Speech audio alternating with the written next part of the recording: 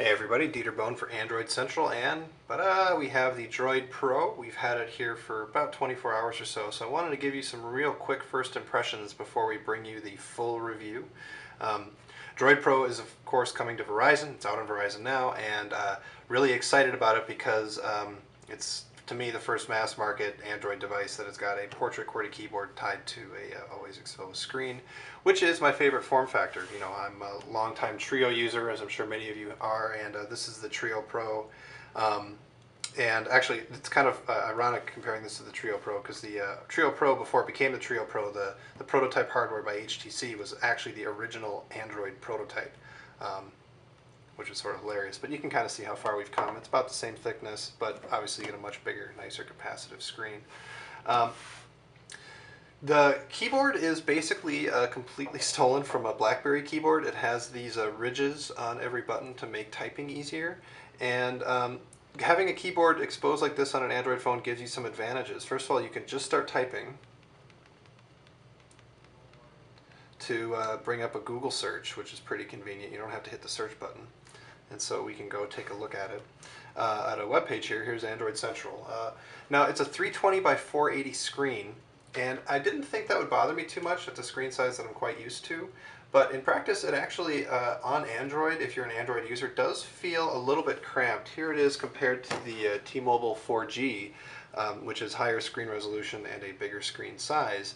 And, you know, obviously you can see you don't get as much. And then just a bunch of the elements just look a little bit smaller, not quite as elegant at this lower resolution. In terms of performance, though, you know, I don't have a whole lot to complain about. It seems to handle itself pretty well in terms of resizing text and scrolling and whatnot.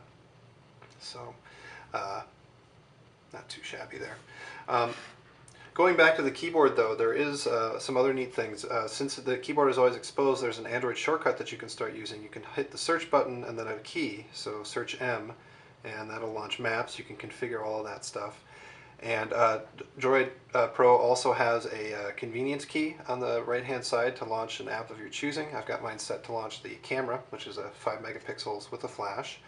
And your camera has the standard options. You can zoom in and out with the volume buttons. You can switch to video mode, of course, and then if you hit the menu button, you can get even more picture modes like panorama, assist, and self-portrait, and so on. One annoying thing with this camera, none of the hardware buttons toggle the shutter. You need to reach over and hit that shutter button, which I find kind of annoying. As long as I'm finding things annoying, back to the keyboard again. If I type really fast sometimes. Oh, I'm not doing it now.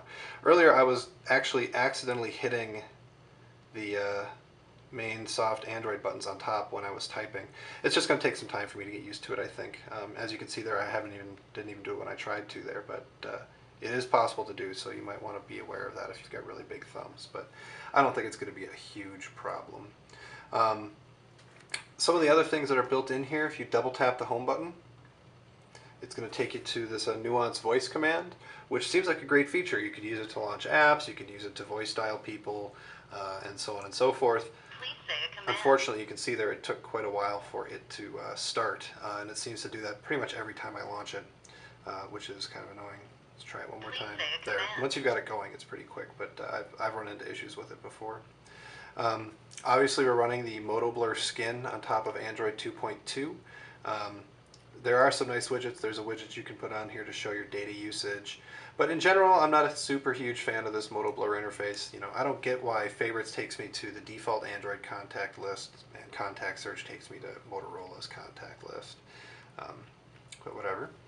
We've got Skype on here, and you can see, this is annoying, Skype Mobile does not currently work on Wi-Fi and requires switching to a Verizon Wireless data network. So in order to use Skype, you need to turn off Wi-Fi. So we'll turn off Wi-Fi and then we'll sign in, which can take a minute or two, but once you're signed in, it works pretty darn well. You can make calls. Okay, yeah, see, I don't have data connection since I just turned off Wi-Fi. Give it another shot here. You can use it to make calls. You can use it, you know, the Skype messaging system to instant message with people. I believe when you make domestic calls, it does go over minutes, so you're not saving a ton of money there, but you can call other Skype users, which is pretty convenient. There we go. And, you know, you've got your IM there, and then, of course, you can call people directly here. So we'll exit out of there. Taking a look at other apps that are built in, of course, we've got 3G Mobile Hotspot, which is very nice to have. Big deal for me. Backup Assistant will allow you to, oh, there I got a Skype message. Backup Assistant will allow you to back up some data to Verizon servers. We've got DLNA for pushing content around, if you want to look at it on a bigger screen.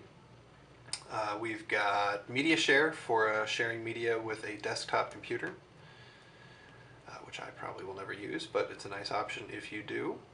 My Verizon Mobile for checking your account information, and also that widget for taking a look at how much data you've used. And a task manager, which surprises me. You've got a bunch of tasks you can kill here, and in addition, if you want to go crazy, they have an auto end list, so you can add apps to the auto end list that will just turn off as soon as you turn off the screen. Sort of surprising to see that included on Android. I know that there's differing philosophies on whether or not it's a good idea to auto kill stuff, but if you're that sort, you can do it with the Droid Pro. And you know, there's plenty more to say. You know, we've got Verizon Navigator, we've got a VPN client, we've got visual voicemail if you want, which I don't because I use Google Voice. And that's our first impressions basically. Keyboard is not completely life-changing, but with a little bit of time, I think it's going to be really good. I'm already faster with it than I am on Swipe or the default Android keyboard. Screen resolution, I can also be happy with it. You're making some compromises by going with the Droid Pro, but not so many that I think it's a deal breaker. And if you are looking for this style, this Portrait QWERTY keyboard, then boy, you know, it's hard to deny the compelling nature of it. We'll have a full review coming very soon. Just wanted to give you that quick hands-on and first impressions, and so stay tuned, folks.